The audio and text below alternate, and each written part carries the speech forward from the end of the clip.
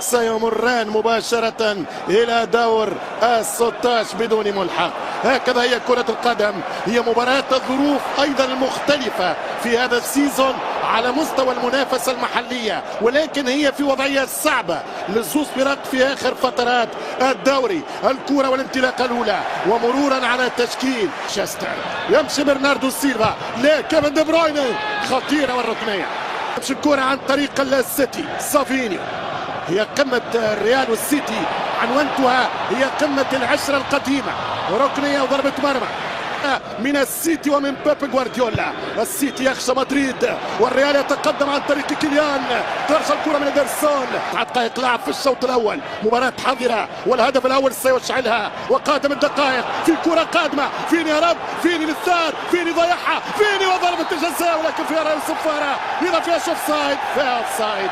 السلة بالتسلل أنقذ فريق السيتي. مرة سجل فيهم هدف. فيني يا معلم، فيني يا كبير، فيني يخرج كورة، يمشي مبابي جول، مبابي حطها والحارس يتصدى يا دارسون. السلساو حتى بحالة الطوارئ هو الريال. الملكي يضغط، الملكي يتفوق ورودريجو يتقدم. Joga vira-se para o campo, o remate e o golo, está feito! Haaland não tremeu, era obrigatório marcar, conseguiu colocar a bola no fundo da baliza, o City.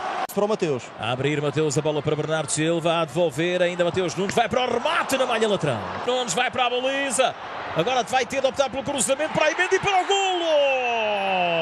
Agora sim, a City, passe magistral.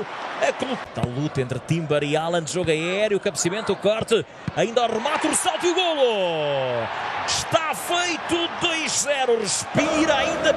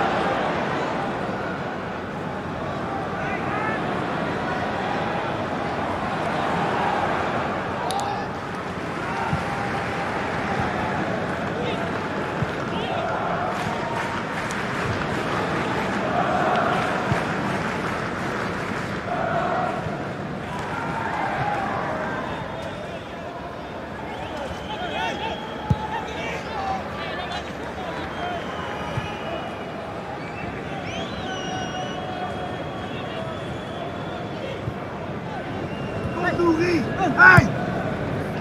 Kom maar! Kom op! Goed!